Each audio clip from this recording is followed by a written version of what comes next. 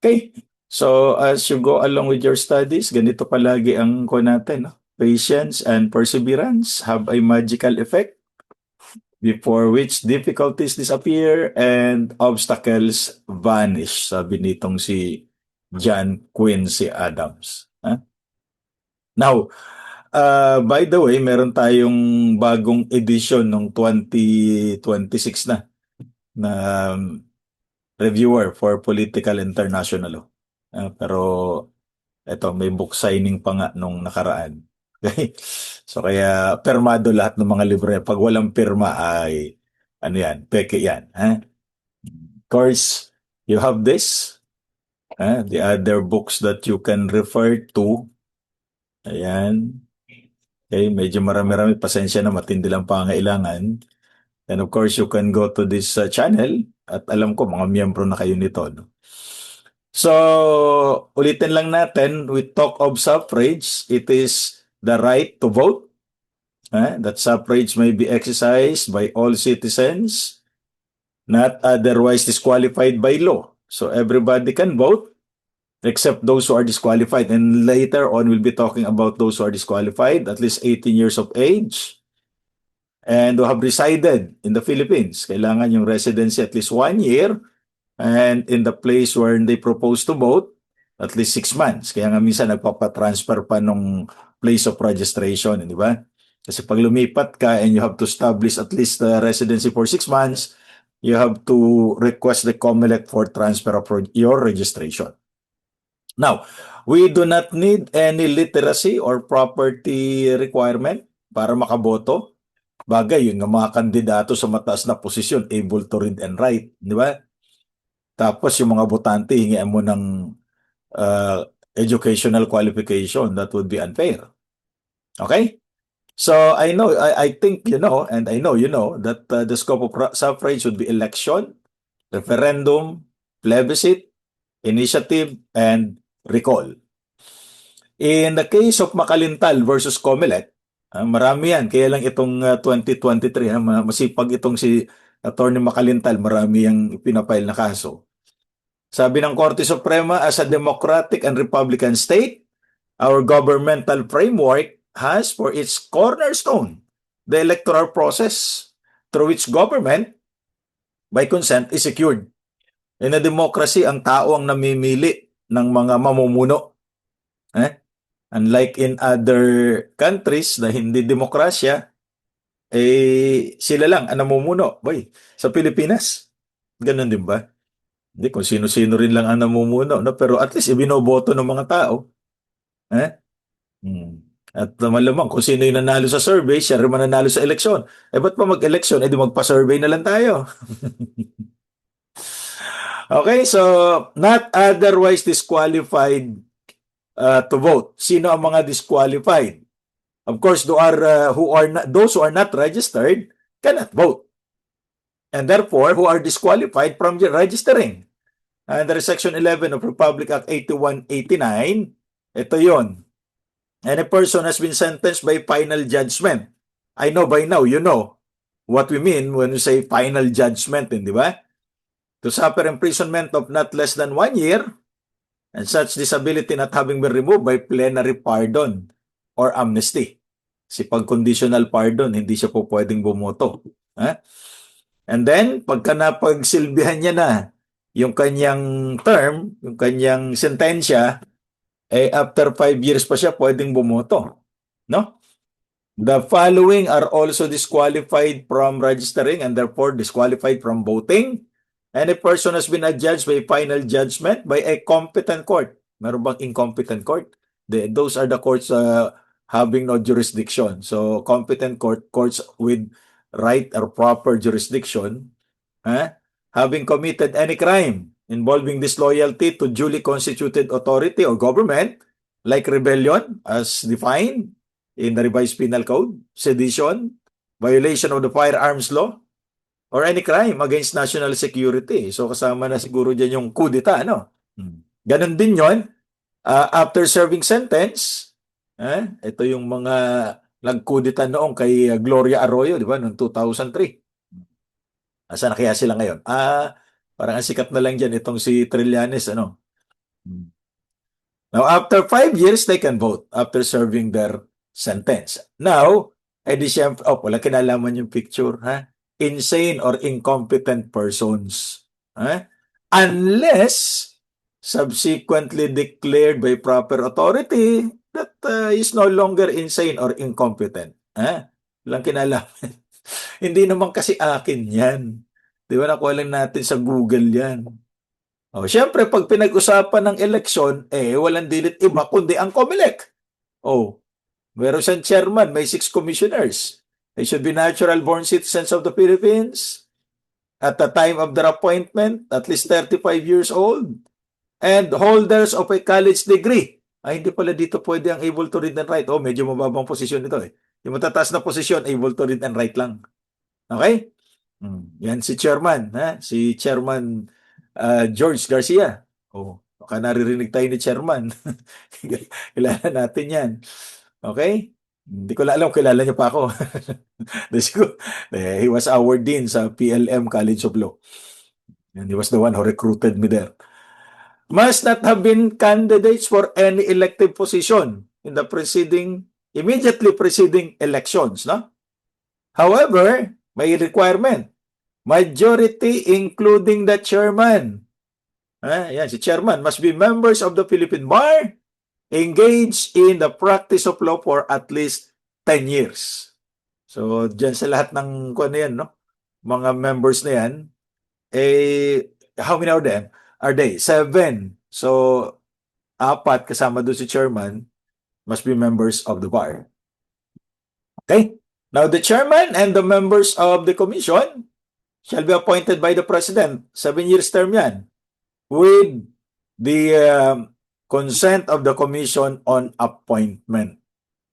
Of course, sa Pilipinas, pagka may eleksyon, may nananalo at may dinadaya. Di ba? So pag nanalo ka, malinis ang eleksyon. Pag hindi ka nanalo, baka dinaya yon. Walang natatalo. O saan tayo pupunta? Ang sabi ng Korte Suprema in Supreme Court Administrative Order number 07-4-15, particular Rule 2, pagka-barangay officials ang involved, all election contests, the jurisdiction belongs to the municipal trial courts. Barangay. Now, where do we appeal? Ay aapilan natin ito sa COMELEC. Within 5 days. Hindi sa RTC, kundi sa COMELEC. In the same administrative order, for election contest involving municipal officials, munisipyo, mga mayor, vice mayor, and the members of the sanggunian, you have to file your protest or contest with the regional trial court. Of course, you have to appeal that to the COMELEC. Okay? So, hindi sa Court of Appeals. You have to appeal that to the Commission on Election. Now, Commission on Election has 2 divisions. Okay? So, doon muna yan sa isa sa mga divisions, dahil 7 naman sila. And then, after the decision of the COMELEC division, you want to challenge it further, you have to file a motion for reconsideration to the Commission en banc. Denial of your motion for reconsideration by the Commission en banc, you have to file it to the Supreme Court, a petition for certiorari under Rule 64. But similar to Rule 65, assailing a judgment or final order of the COMELEC, but it is designed to correct errors of jurisdiction, not errors of judgment. The same rule applies when you are challenging the decision of the Commission on Audit. Kaya sa Commission on Audit, may i-challenge kang decision, mag-file ka muna ng motion for reconsideration sa Commission proper. Denial of your motion to the Commission proper, that's the time you elevate that to the Supreme Court via petition for certiorari under Rule 64. You have to file it within 30 calendar days. Can you use Rule 65 in order to challenge that decision of the COMELEC or the COA before the Supreme Court upon the denial of your motion for reconsideration?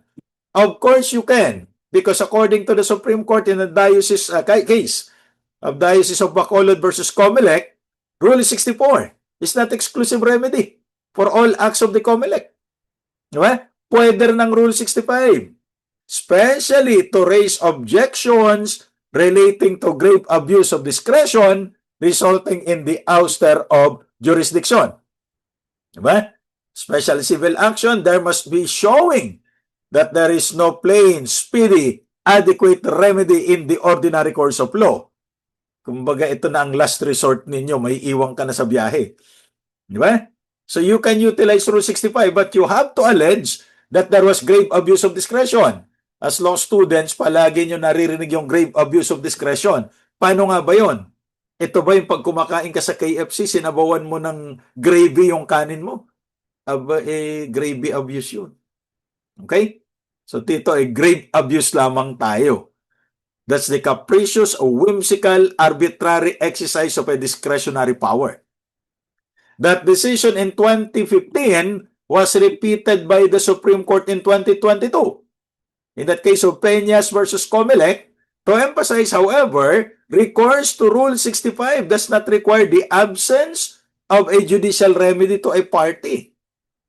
It is the inadequacy, not the absence of all other legal remedies, and the danger of failure of justice without the writ that usually determines the propriety of certiorari. Hindi daw absent, kundi kakulangan. O, parang ikaw lang sapat na, hindi, kulang eh. Diba? So, adequate remedy according to the Supreme Court simply means that a remedy which will promptly relieve the petitioner from the injurious effect of that judgment and the acts of the inferior court or tribunal concerned. So, immediate remedy. Diba? Adequate remedy. Kasi baka yung iba ay kulang. Diba? Hindi talaga sapat. Sa bagay, lagi ko naman sinasabi, hindi ka talaga magiging sapat sa isang taong iba na ang hinahanap. Okay? So, as a general rule, certiorari can only be resorted to, as already mentioned in that case of Diocese of Bacolod, if there's no plain, adequate, available, speedy remedy in the ordinary course of law. However, despite the presence of other available remedies, you can also utilize the remedy of certiorari in that case of Peñas versus COMELEC in the following situations: when public welfare and the advancement of public policy so dictate. These are the exceptions. That's why you are utilizing remedy of certiorari under Rule 65. And it so happened that there are still available remedies, you have to justify it. Okay? Number 2, or letter B, when the interest of substantial justice so require. Diba? Sometimes we can set aside technical rules of procedure in order to give way to substantive justice. Because litigation, after all, is search for truth. As stated in the Gospel of John, chapter 8, verse 32, you shall know the truth, and the truth shall make you free. Amen? And then, joke lang. Okay? And letter C, when the questioned order amounts to an oppressive exercise of judicial authority. So kahit na meron ka pang ibang remedyo, you can resort to certiorari under Rule 65, and you have 60 calendar days to do that. Okay? So, under the law, ang COMELEC will continue the registration of voters. Ang tawag dito, system of continuing registration. Puwera na lang, ito yung limitation, hindi ito gagawin 120 days before a regular election and 90 days before a special election. Recently, nagkaroon ng special election sa congressional district in Antipolo, di ba? So kaya natigil muna doon yung registration. Okay? Now, under Republic Act 10367, all registered voters whose biometrics have not been captured shall submit themselves for validation. Kasi kailangan may biometrics. Parang hindi na natuloy ito. No? Although nakakuha naman ako ng ID sa COMELEC, voters ID. Pero parang hindi na itinuloy ito. I do not know. Kasi yung biometrics na yan, ito yung paraan para maiwasan yung mga flying voters. Sa bagay, sa panahon ngayon, nakakatulong kung kayo ay lilipad na lamang sa sobrang mahal ng gasolina, no? Kaya kung walang nagmamahal sa inyo at gusto nyo ng tamang pagmamahal o sobra-sobrang pagmamahal, pumunta kayo sa gasolinahan. Pagka Martes o baka araw-araw na nga eh. Siguro itong mga gasolina na ito at diesel dapat na nating saktan ng matinding pananakit. Bakit? Para madala at hindi na magmahal pang muli. Diba? Baka hindi madala. Okay? So, paano naman yung mga illiterate or disabled applicants? Now, under Republic Act 8189, it is provided that any illiterate person, ito yung mga talagang hindi marunong magbasa at magsulat, Kasi meron tayong tinatawag na functional literacy. Yung nakakabasa naman, nakakasulat, ay hindi pa illiterate yun. So, they can register with the assistance of the election officer or any member of an accredited citizen's arm. Like, banggitin pa ba natin? O sige na, PPCRB, NAMPREL dati, etc. The election officer shall place such illiterate person under oath, ask him the questions, and record the answer. Kayo ho ba talaga itong taong ito? O nanunumpa ba kayo na magsasabi kayo ng katotohanan? At ang iboboto nyo lamang ay nagbibigay ng 5,000? Ay, hindi ganon, hindi ganon. Naboboto kayo ayon sa inyong konsensya. Paano naman yung konsensya kung kumukulo ang sikmura? Yun ang problema natin. Hanggat marami ang mahihirap na Pilipino, hindi mawawala itong mga kurakot na ito. Kasi nga, vicious cycle yan. Di ka mananalo pag wala kang pera. Pag nanalo ka na, kukunin mo yung pera ng gobyerno. Ganun talaga eh. Okay?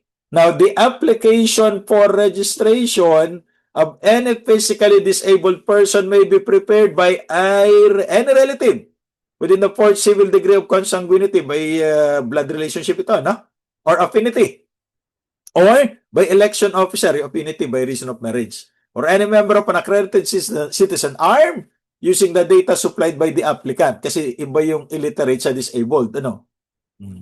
Then, the fact of illiteracy or disability shall be so indicated in the application for registration. Now, syempre, maraming Pilipino all over the world. Kahit saan kang bansa mapunta, magugulat ka na lang, may Pilipino, di ba? Para malaman mo kung Pilipino yung naglalakad o yung tao, sitsitan mo. Pag lumingon, Pilipino yan. Di ba? Kasi pag ibang nationality, hindi lilingon yan eh. So, kailangan din silang bumoto. Ayon sa itinatadhana ng Article 5, Section 2, the Congress shall provide a system for securing the secrecy and sanctity of the ballot as well as a system for absentee voting by qualified Filipinos abroad. Okay? At ito, si Apple the App. Taga Pampanga ito, hindi ba? All citizens of the Philippines abroad who are not otherwise disqualified by law, at least 18 years of age on the day of election, may vote for whom? President, Vice President, Senators, Party List Representatives, and all national referenda and plebiscites. This is now the amendment to Republic Act 9189. In 2013, the Overseas Absentee Voting Act was amended. It is now Republic Act 10,590. Ganun na karami ang batas natin. Oo, 12,000 na nga ngayon. Yan, 10,000 pa lang. Ayan ang mga qualifications. Sino man ang disqualified? Under that same law, those who have lost their Filipino citizenship in accordance with Philippine laws. Katulad nitong si Wesley So, Nag-American na yata ito. Dating Pilipino yan. Kaya na-disappoint siya dun sa nangyari. Grandmaster sa chess yan. Sayang. Okay? Those who have expressly renounced their Philippine citizenship and have pledged allegiance to a foreign country, except those who reacquired their citizenship under Republic Act 9225, the Philippine Citizenship Retention and Reacquisition Act. Kasi pwede na silang bumoto uli despite the fact that they are not required to renounce their foreign citizenship. So dual citizen sila. Okay? Letter C, those who have committed and are convicted in a final judgment, walang kinalaman yung picture, by a Philippine court or tribunal of an offense punishable by imprisonment of not less than 1 year, katulad din ito dun sa disqualification sa Republic Act 8189. Na provided that after 5 years, pwede naman silang bumoto uli kung may eleksyon. Okay? At hindi rin po qualified bumoto sa overseas absentee voting any citizen of the Philippines abroad previously declared insane. Oh, walang kinalaman yung picture. Or incompetent by competent authority in the Philippines or abroad, as verified by the Philippine embassies, consulates, or foreign service establishments concerned, unless such competent authority subsequently certifies that such person is no longer insane or incompetent. No? Paano kaya yung mga baliw sa pag-ibig? Hindi, bulag yata yun. Diba? Love is blind daw. O yung baliw sa kapangyarihan. Ibang usapan yun. Now, the constitutionality of the Overseas Absentee Voting Act, yung original, was challenged before the Supreme Court. Sabi sa inyo, marami ang kasong Makalintal versus Comelec. Masipag yan si Atty. Romy Makalintal. Under Republic Act 9189, according to the Supreme Court, it was enacted in obeisance to the mandate of the first paragraph, Section 2, which you have read kanina, Article 5 of the Constitution, that Congress shall provide a system for voting by qualified Filipinos abroad. It must be stressed that Section 2 does not provide for the parameters of the exercise of legislative authority in enacting the law. In other words, ipinaubaya ng konstitusyon sa Kongreso ano yung mga qualification at disqualification ng pwedeng bumoto sa overseas absentee voting. Hindi ba? Kasi ang idea dito ni Atty. Makalintal ay yung residency requirement eh. It will not be cured kasi doon sa original na 9189 may undertaking sila that they would return to the Philippines within 3 years from the time of registration, otherwise they would be delisted. Sabi ni Atty. Makalintal doon sa petition niya, if I remember correctly, it's like allowing a 15-year-old in the Philippines to vote after issuing an undertaking that he would reach 18 years old in 3 years. Sabi ng Korte Suprema, hindi ganun yun. Kasi ito ay for greater enfranchisement of qualified voters who are residing abroad. Walang sinabi yung Constitution kung ano yung parameters eh. Di bahala ang Kongreso. Buti nga may ginawa ang Kongreso eh. So huwag na natin i-challenge pa. Yun. Okay? Now, hindi lang naman yung overseas. Di ba? Pag-usapan na natin yan na yung COMELEC ay pwede ring mag-conduct ng local absentee voting for media. And I believe pati yung mga military and police personnel na ma-assign sa ibang lugar during election day, pinapayagan din. So the Commission on Election, according to Republic Act 10,380, shall extend the right to vote under local absentee voting system provided under existing laws and executive orders to members of media practitioners, including technical and support staff. Kasi hindi lang naman yung reporter ang nagpupunta dun sa lugar, hindi ba? Yan, kailangan din namang may cameraman, may driver, tapos may mga staff yan eh. Yung taga-makeup, hindi lahat yan qualified, di ba? Hindi lang yung media personality. Now, who are registered voters, syempre naman, who on election day may not be able to vote due to the performance of their functions in covering and reporting on the election, provided that they shall be allowed to vote only for the position of the President, Vice President, Senators, and party list. Kung saan sila naka-assign, doon na sila papayagang bumoto. Diba? Dahil media naman sila. Okay? Now, what about detainees? Under COMELEC Resolution 9371, itong mga detainees or PDL, no? Kasi detention prisoners pa lang naman ito, may presumption of innocence pa, pwede naman silang pabutuhin. Kaya wag mo nang palalabasin ng selda. Eh baka mamaya tumakas. Ano? Oh. Anong gagawin natin dito? Challenge ito sa Korte Suprema, eh? Oh. Ito, meron daw Committee on PDL Voting laid down the guidelines for registration and voting, designated special polling places inside the jails, and constituted a special board of election inspectors and their support staff. Yan yung kaso nung Aguinaldo versus New Bilibid Prison. Kasi challenge itong COMELEC resolution, bakit pabubutuhin mo yan ay deprive of liberty? Eh teka muna, hindi pa naman convicted, hindi ba? Oh, kung pwede siyang kumandidato, bakit hindi siya pwedeng bumoto? Yung mga sikat lang ba ang may privilege na ganon? Hindi naman. Okay? O siyempre, pagka may eleksyon, may kandidato. Eh sino ba ang kandidato? The term candidate refers to any person aspiring or seeking an elective public office. Kahit naman sa private may election, di ba? Pero ibang usapan yon. Nag-file siya ng certificate of candidacy by himself or through political party, a groupment or coalition of parties accredited by the COMELEC. Naliwanag. Now, pagka nag-file ka ng certificate of candidacy, may epekto yan, syempre. If you are an elected official, you are not deemed resigned after filing a certificate of candidacy because you need to finish your term. Kaya nga itong si Senator Lacson, I think, nung tumakbo siyang presidente, di ba? Senator siya, hindi pa tapos yung term niya, ay hindi nanalo, so nakabalik siya, senator. Tatapusin niya yung 6 years term niya eh. Oh.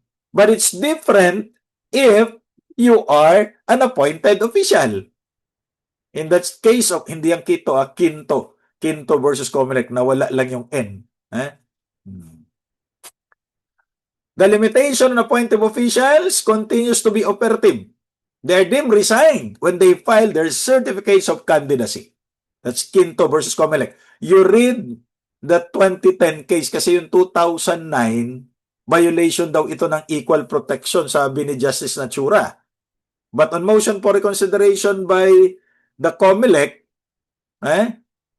ito sabi ng Korte Suprema through Justice Puno, hindi violation ng equal protection nga kasi in the first place, they are not equally situated. One is elected while the other is appointed. So meron distinction. Di ba? Yung elected, he has the direct mandate of the people. Kasi ang presumption, siya'y nanalo, pinili siya ng tao. O, di ba? Whereas yung appointed, indirect yung mandate niya kasi yung mandate niya comes from the appointing authority. Oh. Ngayon, may nag-file ng COC. Under Section 78, Batas Pambansa bilang 881, that is the so-called Omnibus Election Code, a verified petition seeking to deny due course or to cancel a certificate of candidacy may be filed by the person exclusively on the ground that any material representation contained therein, as required under Section 74 hereof, is false. Okay? Kailan mo ipapile yung petition? Kasi alam nyo, ang COMELEC, tama naman, wala namang authority ang COMELEC para disqualify sila, di ba? Ministerial eh. So yung tinatanggap nila yung na-file na COC, tinitingnan lang nila o nag-comply ba ito doon sa mga requirements? O yung edad ba, tama? Di ba? Kasi may age requirement, for example, tumakbo siyang presidente, dapat 40 years old siya. Oh. Tapos nakalagay doon, occupation, faith healer. May isa pa nga, occupation, Jesus Christ. Occupation na pala si Jesus Christ ngayon.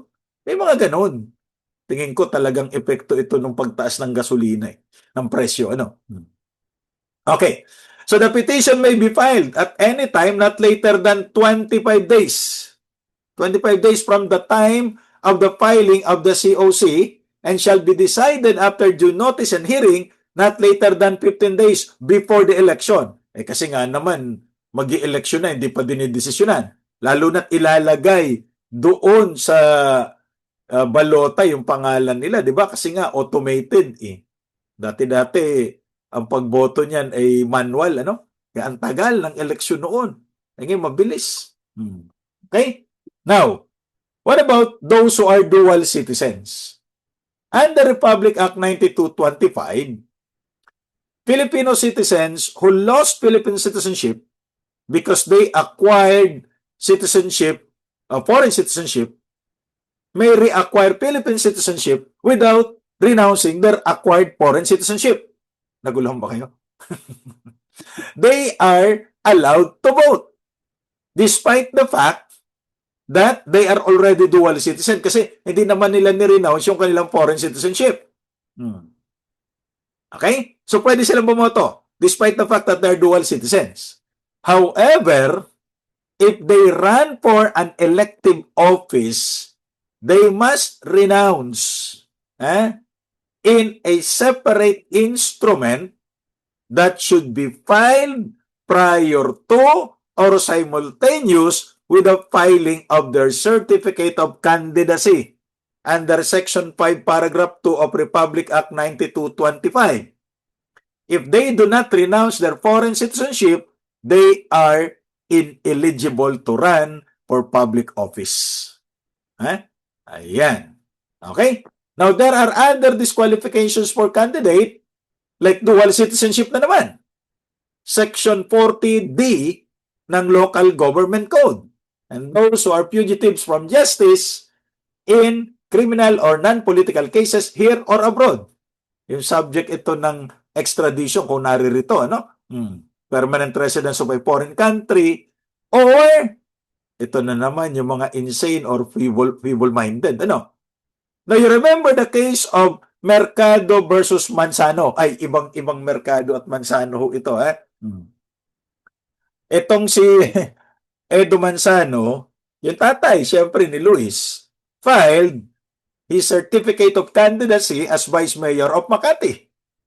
But the record shows that he was born in San Francisco, California on September 4, 1955 of Filipino parents. Oh, what does that tell us? Even if he was born in California and the parents are Filipinos, he remained Filipino under the principle of jus sanguinis that we follow in our citizenship principle. Diba? Whereas the United States follows the doctrine of jus soli, citizenship by the place of birth. So kaya itong si Edu ay dual citizen from the time of birth. Because under Philippine law, he is natural born citizen because of the principle of jus sanguinis, blood relationship. While under American law, he was born in the USA, he is an American citizen. O paano ngayon yan? Di ba? O sabi nitong incumbent vice mayor, ay disqualified ka.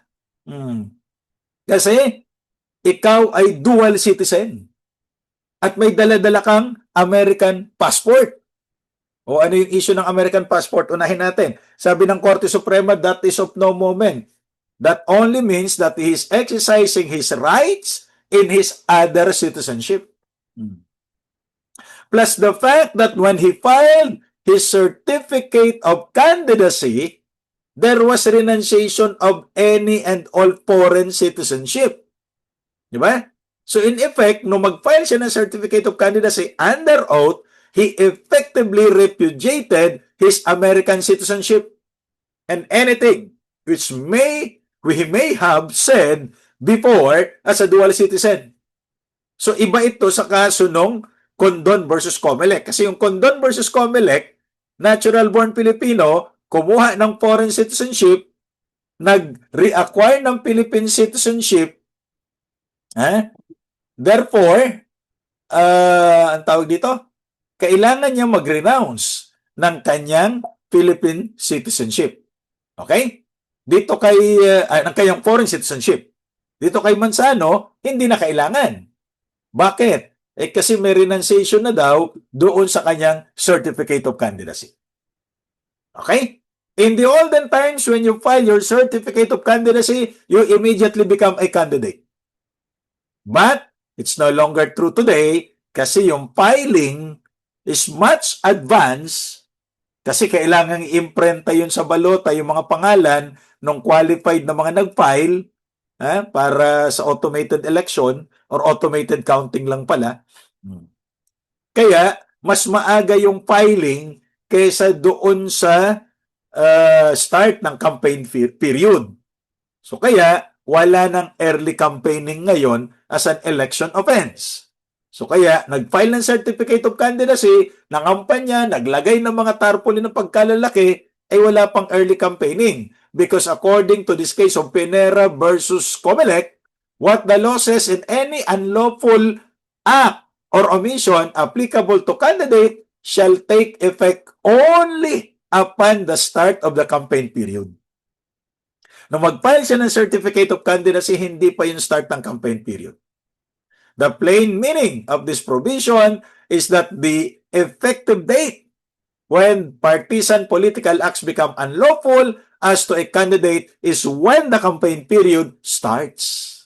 Before the start of the campaign period, the same partisan political acts are lawful. O biruin nyo yun. Kasi itong si Pinera, dyan niya sa Santa Monica, sa Surigao del Norte, no? Nag-file siya ng certificate of candidacy as mayor, siyempre may motorcade, hindi ba? O gano'n naman, kapag maraming pera ang kandidato, may kanya dala ang buong barangay para ipakita yung suporta pagka nag-file ng certificate of candidacy. Di syempre, yung kalaban na, silip ito, bakit ka nangangampanya kaagad? Wala pang campaign period. Di early campaigning yan. Sabi ng korte, hindi po pwede yan. Okay? Now, in layman's language, this means that a candidate is liable for an election offense only for acts done during the campaign period, not before. Nauna kasi yung filing so hindi pa matagal pa yung campaign period The law is clear as daylight. Biruin mo yan. Any election offense. Sabi nga ni Senator Lacson, malinaw pa raw sa sikat ng araw na dumapo sa ulo na walang buhok. Parang kilala ko pinatutungkulan niya. Any election offense that may be committed by a candidate under any election law cannot be committed before the start of the campaign period. In ruling that Pinera is liable for premature campaigning for partisan political acts before the start of the campaigning. Kasi ito, nung una, dun sa unang desisyon, motion for reconsideration ito may September decision na sinasabi liable siya for early campaigning. But on motion for reconsideration, sabi ng Korte Suprema, teka muna, iba yung sinasabi ng batas Yun. Okay? Now, syempre, sa Pilipinas, dalawa lang ang kandidato. Nananalo at dinadaya. Sorry. Natatalo pala. Kaya gusto yung mag-practice pag abogado na kayo, isa yan para yumamang kayo yung eleksyon. Kasi walang natatalong kandidato sa Pilipinas, may nananalo at dinadaya. At ang masaya, hindi pa natatapos yung kaso, eleksyon na naman. Di ba, hahawakan ka na naman. So yung mga kandidatong natalo sa eleksyon, within 1 year ay hindi po pwedeng ma-appoint sa anumang posisyon sa gobyerno. Kasama ang government-owned and controlled corporations, pati ang kanilang mga subsidiaries. And the Supreme Court calls it appointment ban. Iba yung election ban sa appointment ban. Okay? So maliwanag ito, Ang exception lamang daw dito ay yung Section 94B ng Local Government Code. Ano yun? Barangay election. Yung mga natalo sa barangay election, hindi sila kasama dun sa appointment ban. But all other positions kasama sa appointment ban. That within 1 year, you cannot be appointed in any position in the government. May natalong vice mayor yata ito, or mayor dyan sa Angeles City, sa Pampanga. Tapos, natalo, kaibigan niya, yung mayor ng ibang bansa ito Mexico. Diba? Di ba sa Pampanga may Mexico? Kaya natutuwa ako dyan pagka nandyan ako sa Mexico, at least nakapunta ako ng South America. Hmm. Nagkaroon sila ng service contract agreement. So in other words, contractual employee siya, parang consultant. Oh, pinasweldo. And ito na ang problema. Napansin ito ng Commission on Audit. Kasi nga, natalong kandidato, bakit inappoint mo kaagad? Ang justification ng mayor na nag-appoint sa kanya, ay hindi naman permanent position yan. Contract of service lang yan. Oh, job order, contract of service, 'di ba? Wala namang employer-employee relationship 'yon. Ang sabi ng Korte Suprema, napakaliwanag naman na any government or government-owned controlled corporations or any subsidiary, the law is basic, 'di ba? That it does not distinguish. So neither should we. Ang tanging exception lamang dito, inulit, ay yung natalo sa barangay. Kasi, in the first place, non-political naman daw at non-partisan ang barangay. Okay? So, kaya kahit natalo ka sa barangay captain, katulad, nanalo yata si Pepe Pacheco Kaya maganda ang kanyan. Ang kanyang, ayun, taga Nueva Ecija pala ito si Pepe Pacheco. Nanalo uli. Maganda yung kanyang campaign jingle. Hanapin nyo. Hindi ko siya ikinakampanya, pero hanapin nyo para matawa kayo. Kaya lang, magagalit dito yung si Congressman Suntay. Okay, so ang exception lamang dito ay yung Local Government Code Provision, Section 94B of Republic Act 7160, na yung mga natalong kandidato sa barangay election, yun lang ang pwedeng ma-appoint within 1 year. 1 year lang naman, antayin nyo na. Di ba? Okay, kahit sino pwede mag-file ng Certificate of Candidacy. Kaya lang, sabi ng Section 69 ng Batas Pambansa bilang 881, the COMELEC, Commission referring to the COMELEC, may motu proprio or upon a verified petition of an interested party refuse to give due course to or cancel a certificate of candidacy if it is shown that the said candidate has been filed to put the election process in a mockery or disrepute, or to cause confusion among the voters by the similarity of the names of the registered candidates or by circumstances. Kasi, halimbawa, ang kalaban mo ay malakas, hahanap ka ng papatakbuhin mo na kaapelido niya. Para mahati yung boto, mapunta doon sa kaapelido niya. Lalo na kung apelido ay Cruz, De La Cruz, Santos, common Reyes, diba? Perez, mga common surnames yan. Ayun sa amin, hindi masyadong common dahil malayong lugar ang pinanggalingan yan, galing ng Bulgaria at saka ng Hungary. Hungary na ba kayo? Kumain na tayo Dinig na tayo Hungary. Okay? Or acts which clearly demonstrate that the candidate has no bona fide means good faith intention to run for the office for which the certificate of candidacy has been filed. Hindi naman siya seryoso, hindi ba? Tulad nito. And thus prevent a faithful determination of the true will of the electorate. Kaya pagka-filing ng certificate of candidacy, lalo sa national office, tuwan-tuwa ako dyan Naglalabasan yung may mga bertud. Yung mga sugo ng Diyos. Yung mga propeta. At si Jesus Christ mismo.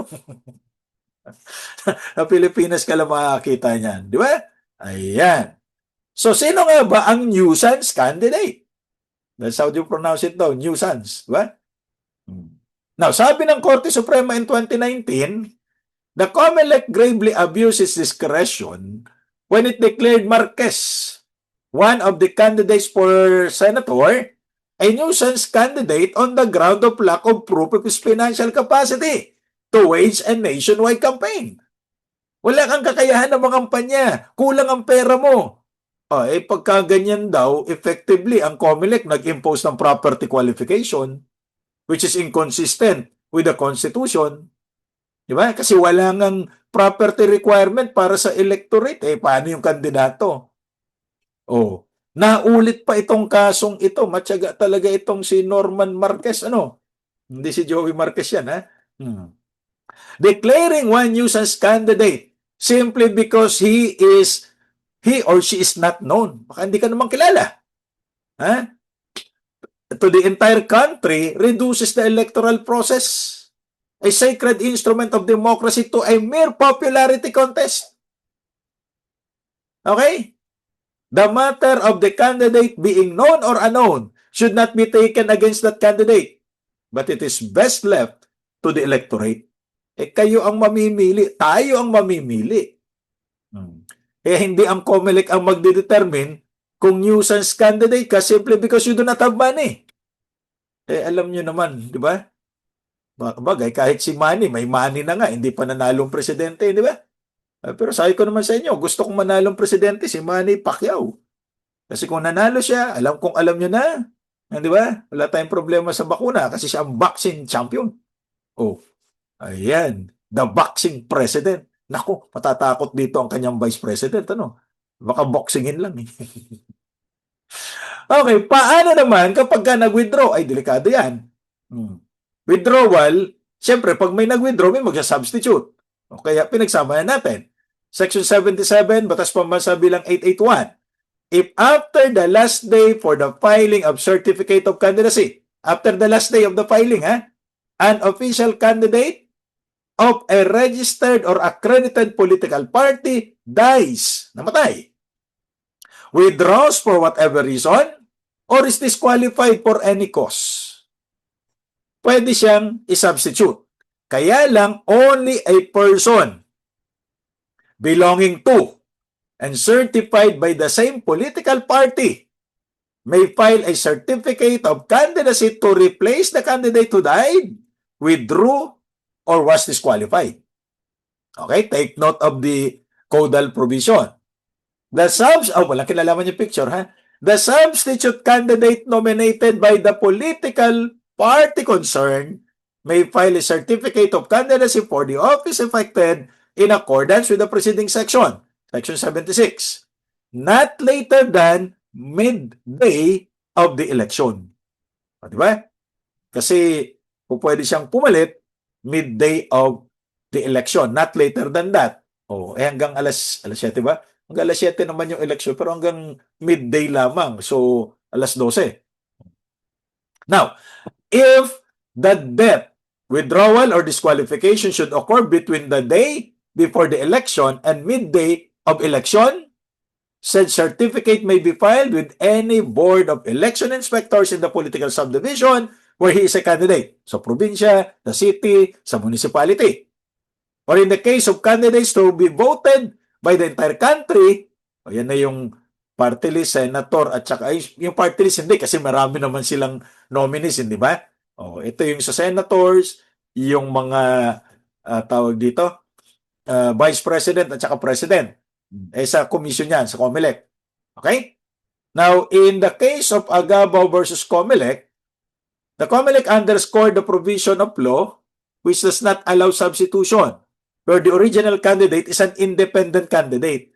So kapag ka ang nag-withdraw, na-disqualify o namatay ay independent, hindi po pwedeng walang substitute yun. Bakit? Wala naman siyang political party.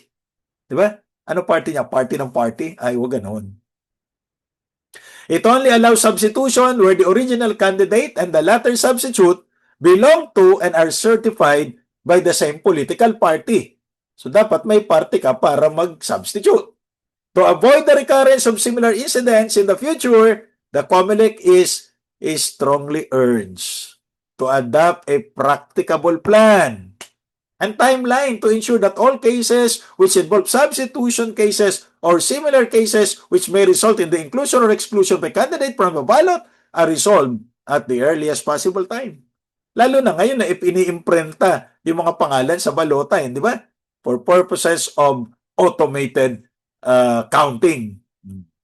Ngayon, pagka may problema kayo, marami kayong pwedeng i-file. Ano bang kaibahan ng co-warranto?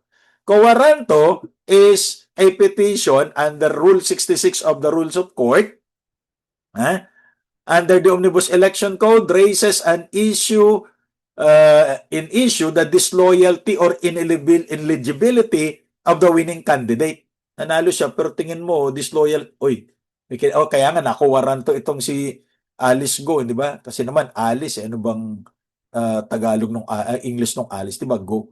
O, ayan. It is a proceeding to unseat the respondent from office but not necessarily to install the petitioner in his place. Di ba? So may nag-file ng petition for quo warranto, hindi ibig sabihin siya ang papalit. At sina-challenge niya yung qualification dahil ineligible siya or yung disloyalty to the republic.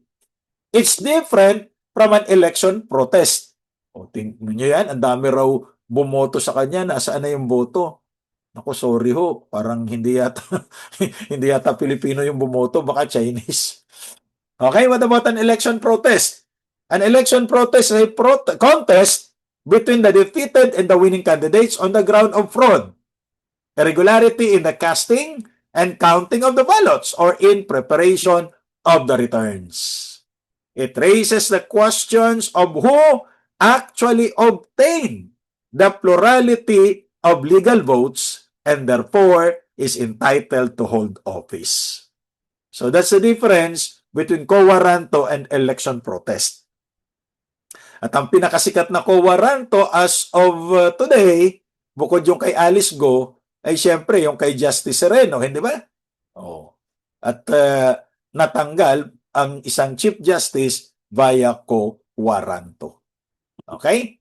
So yun. So I hope natutunan natin itong mga mahalagang bagay na ito tungkol sa eleksyon. Please don't forget to like, share, and subscribe to CD Duca Law, where law is made simple and life is made easier. See you next time!